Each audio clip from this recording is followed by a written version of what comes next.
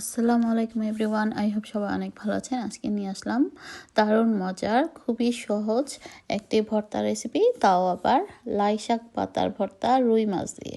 তো চলুন দেখে নিই। আজকে আমি আমার গার্ডেনের টব থেকে সরাসরি পাতা পেড়ে জাস্ট আপনাদের সঙ্গে শেয়ার করব কি করে এই ভর্তাটি বানাতে হয়। তো প্রথমে গার্ডেনের পাতাগুলি খুব ভালো মতো পেড়ে পরিষ্কার করে ধুয়ে নিয়েছি, পানি ঝরিয়ে একদম শুকনো শুকনো করে নিলে সবচেয়ে ভালো হয়।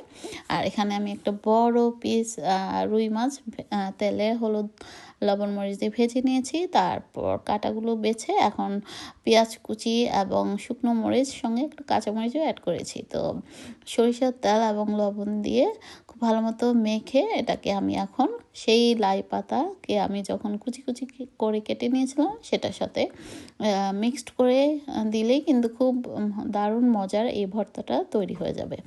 তো আপনারা কে কে এই লাই পাতাটার সঙ্গে পরিচিত? যারা খেয়েছেন তারা তো জানেনই এই পাতার ভর্তাটা কিভাবে বানাতে হয়। আর যারা খাননি তারা, যাদের সরিষার শাক বা সরিষার শাক যাদের কাছে আছে তারা কিন্তু এভাবে বানিয়ে নিতে পারেন। কচি কচি সরিষা শাক দিয়েও এটা করা যাবে, এটা সিমিলার সরিষা শাকের মতোই। তো আই হোপ আমার আজকের রেসিপিটি আপনাদের ভালো লেগেছে। তো আজ এ পর্যন্তই। আল্লাহ হাফেজ।